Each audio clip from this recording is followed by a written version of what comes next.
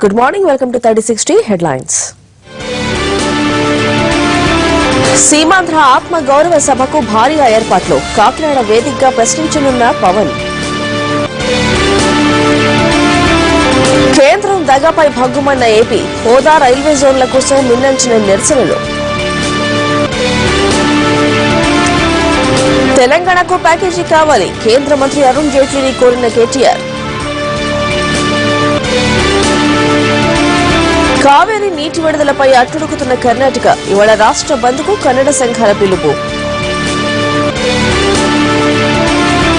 ఎన్ఎస్జీలో సభ్యత్వానికి అమెరికా మద్దతు. మోడీకి హామీ ఇచ్చిన ఒబామా.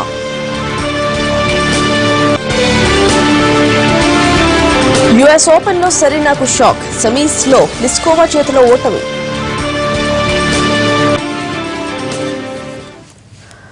కాకినాడలో పవన్ కళ్యాణ్ సీమాంధ్ర ఆత్మగౌరవ సభకు ఏర్పాట్లు పూర్తయ్యాయి. సాయంత్రం 4 గంటలకు కాకినాడ జేఎన్టీయూ గ్రౌండ్స్ లో జనసేన సభ నిర్వహిస్తోంది. ఈ సభలో పాల్గొనేందుకు పవర్ స్టార్ అభిమానులు పెద్ద ఎత్తున కాకినాడ చేరుకుంటున్నారు. హోదా ఇవ్వలేమని కేంద్ర ప్రభుత్వం క్లారిటీ ఇచ్చేసిన తర్వాత జరుగుతున్న తొలి సభ కావడంతో పవన్ ఏం మాట్లాడతారు అన్నది ఉత్కంఠగా మారింది. హోదా కోసం అవసరమైతే పోరాటం చేస్తానని ఇటీవల తిరుపతిలో జరిగిన సభలో పవన్ కళ్యాణ్ ప్రకటించారు. ఏపీ అసెంబ్లీని ప్రత్యేక హోదా ప్యాకేజీ సెగా కుదిపేస్తోంది. వైసీపీ నిరసనలతో తొలి రోజు సభ దద్దరిల్లింది. ఇవాళ కూడా సభ గందరగోళం మధ్య సాగే సూచనలు కనిపిస్తున్నాయి. విపక్షం నిన్న సభను అడుగడుగునా అడ్డుకుంది. గందరగోళం మధ్య జీఎస్టీతో పాటు కీలక బిల్లులను ప్రవేశపెట్టి ఆమోదించనుంది ప్రభుత్వం. ఇవాళ సభా సమరంపై అధికార విపక్షాల వ్యూహాలతో సిద్దమయ్యాయి. కేంద్ర ప్రభుత్వ వైఖరికి నిరసనగా ఏపీలో నిరసనలు వెలువెత్తుతున్నాయి. ప్రత్యేక హోదా ఇవ్వకుండా అన్యాయం చేస్తున్నారని ఆరోపిస్తున్నారు నేతలు. మోడీ సర్కార్ తీరును నిరసిస్తూ రేపు ఏపీలో బంద్ పాటించాలని నిర్ణయించాయి విపక్షాలు. విభజనలో ఏపీకి తీరని అన్యాయం జరిగిందని, ఇప్పుడు హోదా ఇవ్వకుండా ప్యాకేజీలతో మోసం చేస్తున్నారని మండిపడుతున్నది జనం. రేపటి బంద్ లో భాగంగా కేంద్ర ప్రభుత్వ తీరును నిరసిస్తూ ఆందోళన కార్యక్రమాలు చేపడుతున్నారు. వైసీపీతో పాటు వామపక్షాలు బంద్ లో పాల్గొనున్నాయి.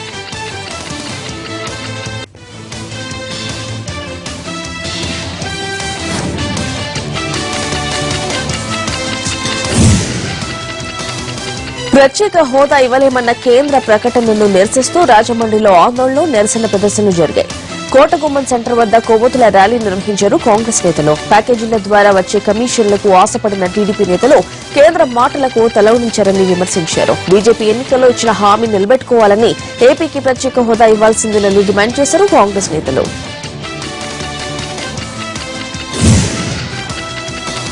ఏపీకి ప్రత్యేక ప్యాకేజీపై కేంద్రం చేసిన ప్రకటనకు నిరసనగా శ్రీకాకుళంలోనూ ఆందోళనలు జరిగాయి. మున్సిపల్ కార్పొరేషన్ కార్యాలయం ఎదుట జిల్లా యువజన కాంగ్రెస్ నేతలు ధర్నా చేశారు. నల్ల జెండాలతో నిరసన తెలిపారు. ప్రత్యేక హోదా పేరుతో ఆంధ్ర ప్రజలను మోసగించిన బీజేపీ, టీడీపీలు ఇప్పుడు ప్రత్యేక ప్యాకేజీతో మభ్యపెడుతున్నారని విమర్శించారు నేతలు. ఇప్పటికైనా కేంద్ర, రాష్ట్ర ప్రభుత్వాలు ఏపీని అన్ని విధాలుగా ఆదుకోవాలని డిమాండ్ చేశారు.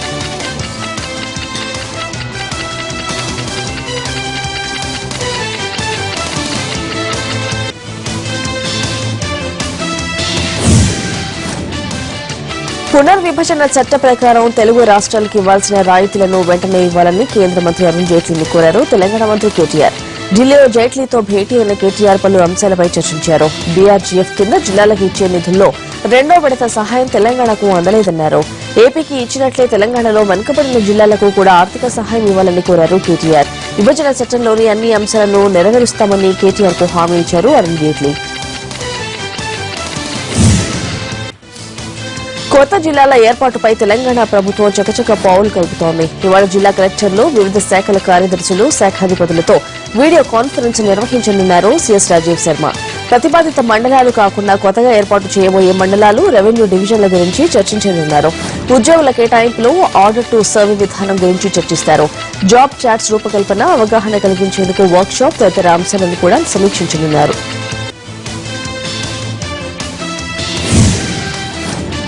హైదరాబాద్ లో టెక్నికల్ సెంటర్ ను ఏర్పాటు చేస్తామని ప్రకటించింది జర్మన్ ఆటోమొబైల్ కంపెనీ జేఎఫ్. ఈ మేరకు ఐటీ మంత్రి కేటీఆర్ సమక్షంలో తెలంగాణ ప్రభుత్వంతో ఒప్పందం కుదుర్చుకుంది. హైదరాబాద్ ఐటీ కంపెనీలకే కాకుండా ఆటోమొబైల్ రంగానికి కూడా కేంద్రంగా మారుతోందన్నారు మంత్రి కేటీఆర్. జెడ్ఎఫ్ కంపెనీ హైదరాబాద్ ను ఎంపిక చేసుకోవడం సంతోషకరమన్నారు.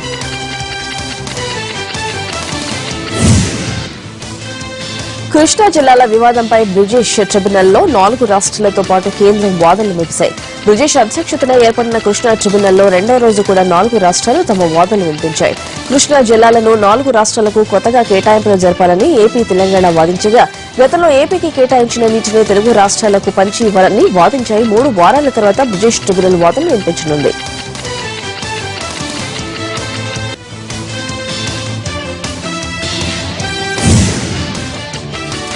కృష్ణా జలాలపై బ్రిజేష్ కుమార్ ట్రిబ్యునల్ ఎదుట కర్ణాటక వాదనలను తప్పుపట్టింది ఏపీ. నీటి కేటాయింపులు ఏపీ, తెలంగాణ రాష్ట్రాల మధ్యనే జరపాలని కర్ణాటక అనడం సరికాదని వ్యాఖ్యానించింది. విభజన చట్టంలోని సెక్షన్ 89 ప్రకారం 4 రాష్ట్రాల మధ్య నీటి కేటాయింపులు జరపాలని కోరారు ఏపీ న్యాయవాదులు. గత 2 ఏళ్లుగా మహారాష్ట్ర, కర్ణాటక రిజర్వాయర్లో నీరుందని, శ్రీశైలం, నాగార్జునసాగర్ జలాశయాల్లో మాత్రం నీళ్లు లేవని ట్రిబ్యునల్ దృష్టికి తీసుకెళ్లింది ఏపీ. ప్రాజెక్టుల వారీగా నీటి కేటాయింపులు జరిపితేనే ఏపీ, తెలంగాణ రాష్ట్రాలకు న్యాయం జరుగుతుందని తెలిపింది. శ్రీశైల జలాశయ నీటి మట్టం నిన్న సాయంత్రానికి 871 అడుగులుగా ఉంది. జలాశయానికి ప్రస్తుతం ఇన్ఫ్లో లేకపోయినా దిగువ ప్రాంతాలకు 13,588 క్యూసెక్కుల నీరు విడుదల చేస్తున్నారు. తెలంగాణ ప్రాంతంలోని భూగర్భ జల విద్యుత్ కేంద్రంలో విద్యుత్ ఉత్పత్తి కోసం నాగార్జునసాగర్ కు 7,063 క్యూసెక్కుల నీటిని వదులుతున్నారు. అలాగే శ్రీశైలం బ్యాక్ వాటర్ నుంచి హంద్రనీవా సుజలా స్రవంతికి 2,025 క్యూసెక్కులు, పోతిరెడ్డిపాడు హెడ్ రెగ్యులేటర్ ద్వారా మరో 4,500 క్యూసెక్ల నీరు విడుదలవుతోంది. ప్రస్తుతం జలాశయంలో 147 టీఎంసీల నీరుంది.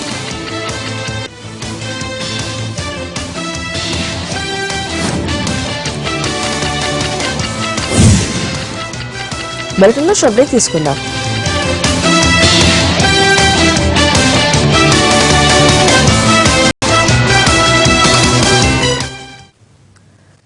Back to news. వరంగల్ జిల్లాలో కొత్త జిల్లాల ఏర్పాటు కోసం ఆందోళనలు కొనసాగుతున్నాయి. ములుగును జిల్లా చేయాలంటూ కాంగ్రెస్ ఆధ్వర్యంలో హైవేపై రాస్తారోకో నిర్వహించారు విద్యార్థులు. సుమారు 2,000 మంది ఇందులో పాల్గొన్నారు. ములుగును జిల్లా చేయలేని మంత్రి చందులాల్, ఎంపీ సీతారాం తమ పదవులకు రాజీనామా చేయాలంటూ నిలదీశారు.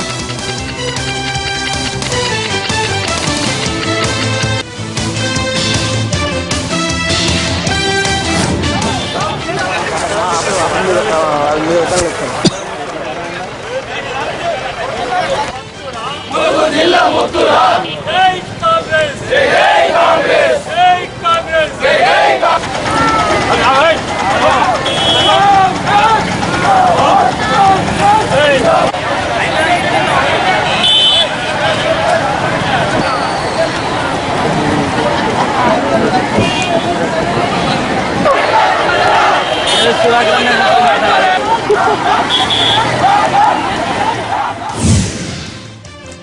మరోవైపు వరంగల్ జిల్లాలోని నర్సంపేటను జిల్లాగా ప్రకటించాలని డిమాండ్ జోరుగా వినిపిస్తోంది.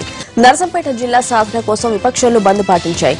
ఈ బంద్లో టీఆర్ఎస్ మినహా అన్ని రాజకీయ పార్టీలు పాల్గొన్నాయి. బంద్తో వ్యాపార, వాణిజ్య, విద్యా సంస్థలు మూతపడ్డాయి.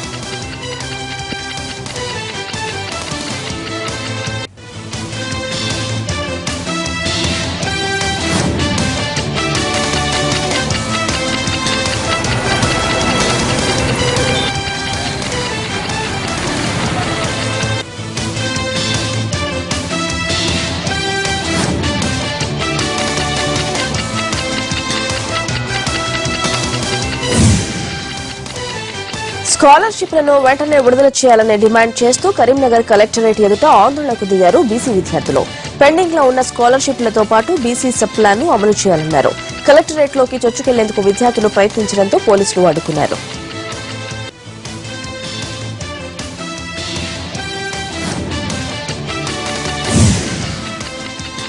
అధిక వడ్డీలతో అనేక మందిని దోచుకున్న సస్పెండెడ్ ఏఎస్ఐ మోహన్ రెడ్డికి బెయిల్ నిరాకరించింది Karimnagar court.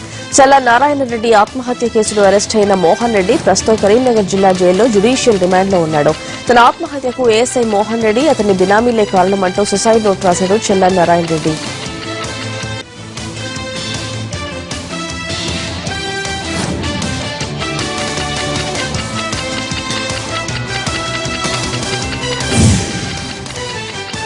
Goods and services taxi GST బిల్లుకు రాష్ట్రపతి ప్రణబ్ ముఖర్జీ ఆమోద ముద్ర వేశారు. దీంతో ఈ బిల్లు చట్టంగా మారింది. ఇప్పటికే పార్లమెంట్ ఉభయ సభలు ఈ బిల్లును ఆమోదించాయి. 2 తెలుగు రాష్ట్రాలతో పాటు మొత్తం 17 రాష్ట్రాలు జీఎస్టీకి గ్రీన్ సిగ్నల్ ఇచ్చింది. వచ్చే ఏడాది ఏప్రిల్ 1 నుంచి వస్తు సేవల చట్టం దేశవ్యాప్తంగా అమల్లోకి రానుంది.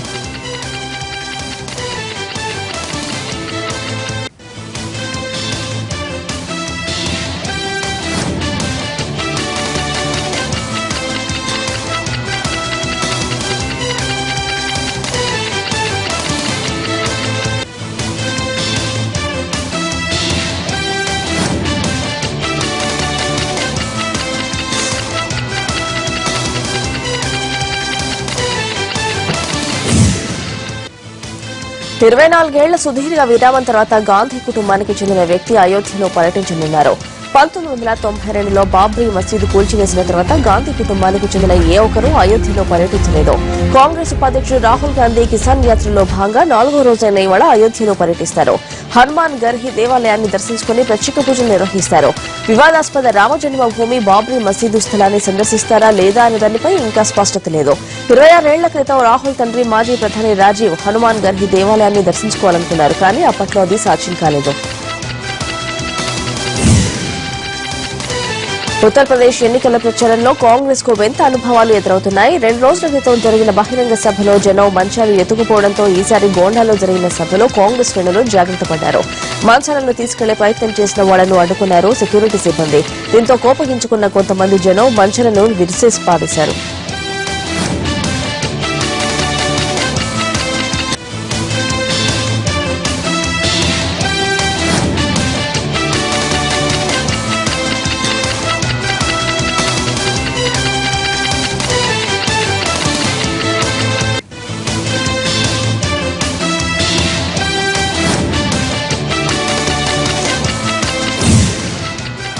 రాహుల్ గాంధీపై విమర్శలతో విరుచుకుపడ్డారు బీజేపీ జాతీయ అధ్యక్షుడు అమిత్ షా. ఇటాలియన్ కళ్లజోడు పెట్టుకోవడం వల్ల రాహుల్ బాబాకు దేశంలో మార్పు కనిపించడం లేదంటూ వ్యంగ్యంగా వ్యాఖ్యానించారు. ఎన్డీఏ ప్రభుత్వం రిపోర్ట్ కార్డు ఇవ్వాలన్న రాహుల్ కమెంట్స్ పై ఇలా విరుచుకుపడ్డారు అమిత్ షా. ముందుగా యూపీఏ హయాంలోని 12 లక్షల కోట్ల రూపాయల కుంభకోణాల ఆరోపణలకు వివరణివ్వాలని డిమాండ్ చేశారు.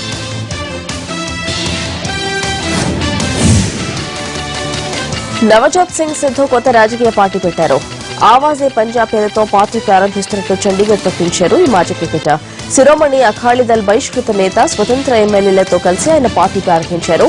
వచ్చే ఏడాది ప్రభారతంలో జరగనున్న పంజాబ్ అసెంబ్లీ ఎన్నికల్లో తమ పార్టీ పోటీ చేస్తుందని తెలిపారు సిద్ధు.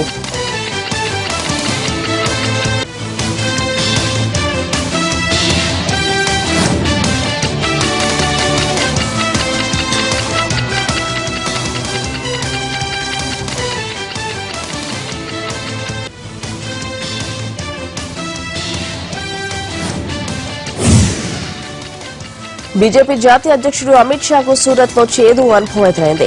పట్టేదారులను ఆకట్టుకోవడానికి ఏర్పాటు చేసిన బహిరంగ సభలో నిరసనలు ఎదుర్కోవాల్సి వచ్చింది. గుజరాత్ సీఎం విజయ్ రూపానీ నేతృత్వంలో పట్టేదార్ నియోజకవర్గానికి చెందిన మంత్రులకు సన్మానం చేయాలని భావించారు. అయితే సభా వేదికపై అమిత్ షా రాగానే నిరసనలు వ్యక్తం చేశారు పట్టేదారులు.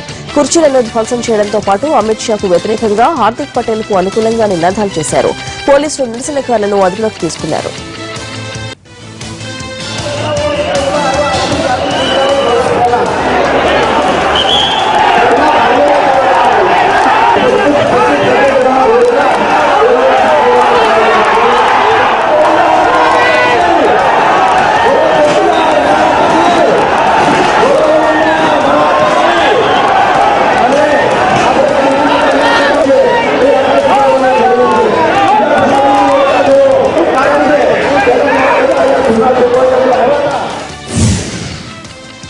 మధ్యప్రదేశ్ గవర్నర్ గా ఓపీ కోహ్లీ బాధ్యతలు చేపట్టారు. కోహ్లీతో Madhya Pradesh high court chief justice Rajendra Menon ప్రయాణం చేయించాయి. ఈ కార్యక్రమంలో సీఎం శివరాజ్ సింగ్ చౌహాన్ పాల్గొన్నారు.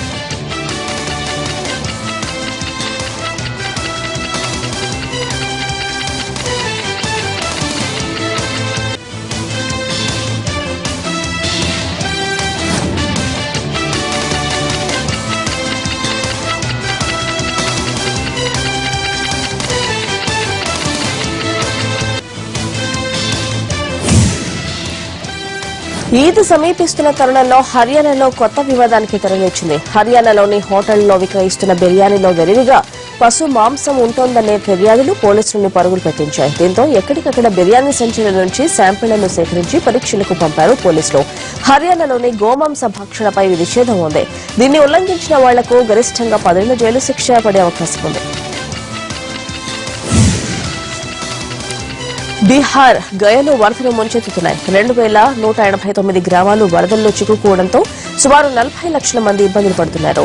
స్టేట్ డిజాస్టర్ రెస్పాన్స్ టీం ఆధ్వర్యంలో సహాయ చర్యలు కొనసాగుతున్నాయి. వరద పీడిత ప్రాంతాల్లో సీఎం నితీష్ కుమార్ పర్యటించారు. సహాయ చర్యలపై సమీక్షించారు. ఒరిస్సా స్కూల్ గోడ కూలి ఓ బాలిక చనిపోయింది. పూరిలోని సరస్వతి శిశు విద్యా మందిర్లో ఈ ఘటన జరిగింది. అకస్మాత్తుగా గోడ కూలడంతో 8వ తరగతి చదువుతున్న మీనాక్షి స్థపతి చనిపోయింది. మరో 24 మందికి తీవ్ర గాయాలయ్యాయి. వాళ్లలో 15 మంది పరిస్థితి ఆందోళనకరంగా ఉంది.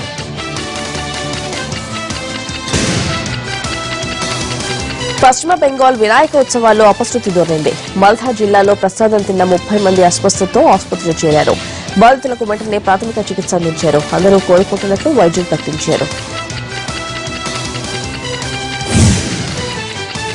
లక్నోలో కాంట్రాక్ట్ ఉపాధ్యాయులు కదం తొక్కారు. తమ సమస్యలు పరిష్కరించాలని, సర్వీస్ రెగ్యులరైజ్ చేయాలంటూ రోడ్డెక్కారు. ఆందోళనకారుల్ని పోలీసులు అడ్డుకోవడంతో పరిస్థితి ఉద్రిక్తంగా మారింది. దీంతో టీచర్లపై లాఠీచార్జి చేశారు పోలీసులు. పలువురిని అరెస్ట్ చేశారు.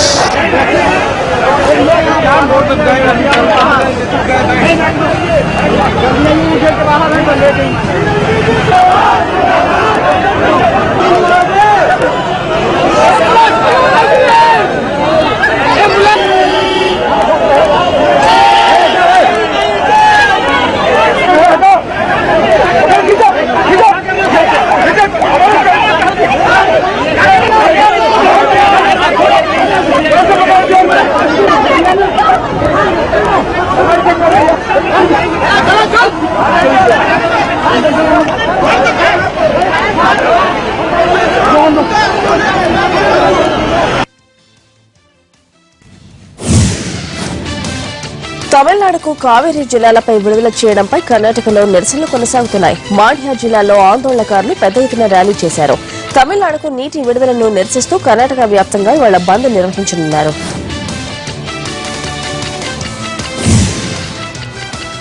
ఇస్రో శాస్త్రవేత్తలకు ప్రధాని మోడీ అభినందించారు. జిఎస్ఎల్వి ప్రయోగం విజయం కావడం దేశం గర్వించదగ్గ ఘట్టమన్నారు ప్రధాని. దృఢ సంకల్పం, అనితర సాధ్యమైన పట్టుదలతో ఇస్రో ఈ ఘనత సాధించిందంటూ ట్విట్టర్లో తన సందేశాన్ని పోస్ట్ చేశారు మోడీ.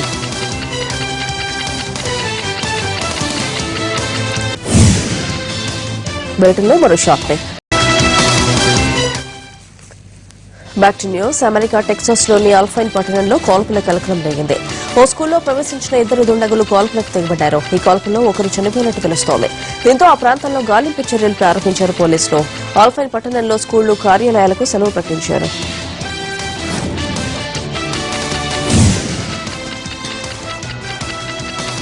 టర్కీలో భారీ స్థాయిలో ఉపాధ్యాయుల సస్పెన్షన్ ఇంటర్నెట్ డెస్క్ దాదాపు 11,000 మంది ఉపాధ్యాయులను అక్కడి ప్రభుత్వం సస్పెండ్ చేసింది. వీరంతా కుర్దిషియన్ వర్క్స్ పార్టీ చట్టవిరుద్ధ సంబంధాలు కలిగి ఉండడమే ఇందుకు కారణం.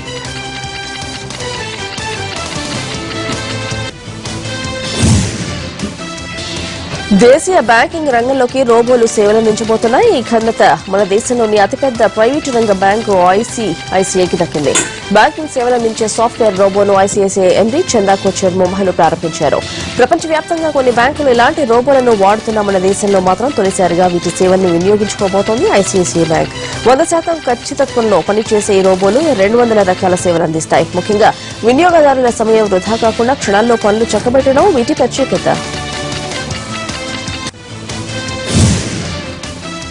యుఎస్ ఓపెన్ లో సంచలనం నమోదైంది. తప్పనిసరిగా టైటిల్ గెలుస్తోంది అనుకున్న సెరీనా విలియమ్స్ కు షాక్ తగిలింది. సెమీస్ లో చెక్ రిపబ్లిక్ క్రీడాకారిణి ప్లిస్కోవా చేతిలో 2-6, 6-7 తేడాతో ఓటమి చవిచూసింది. మ్యాచ్ ప్రారంభం నుంచి తడబడిన సెరీనా తొలి సెట్లో ఏమాత్రం పోటీ ఇవ్వలేకపోయింది. రెండో సెట్లో కాస్త తెరుకున్నప్పటికీ ప్లిస్కోవా జోరు ముందు నిలవలేకపోయింది సెరీనా.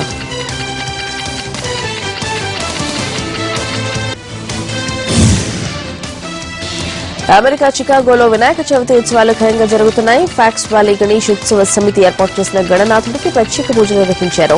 ఈ వేడుకల్లో తెలంగాణ డిప్యూటీ సీఎం మహమ్మద్ అలీ పాల్గొన్నారు. సాంస్కృతిక కార్యక్రమాలు ఆకట్టుకున్నాయి.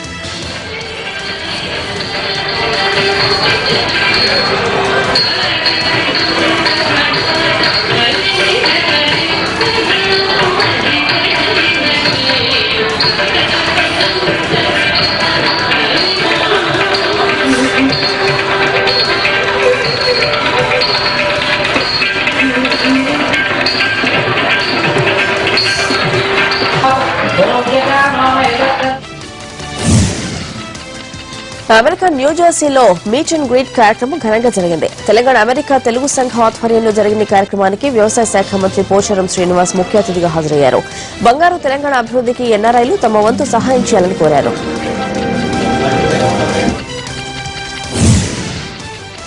అమెరికా న్యూయార్క్ లో రక్తదాన శిబిరం జరిగింది. తెలంగాణ అమెరికా తెలుగు సంఘం ఆధ్వర్యంలో జరిగిన క్యాంపులో 200 మంది ఎన్ఆర్ఐలు రక్తదానం చేశారు.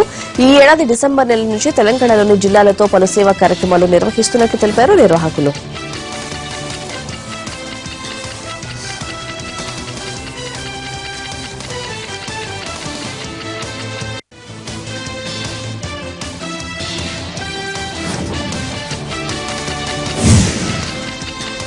ఇది బులెటిన్ విశేషాలు. తర్వాత లైవ్ షో ప్రసారం. నమస్తే.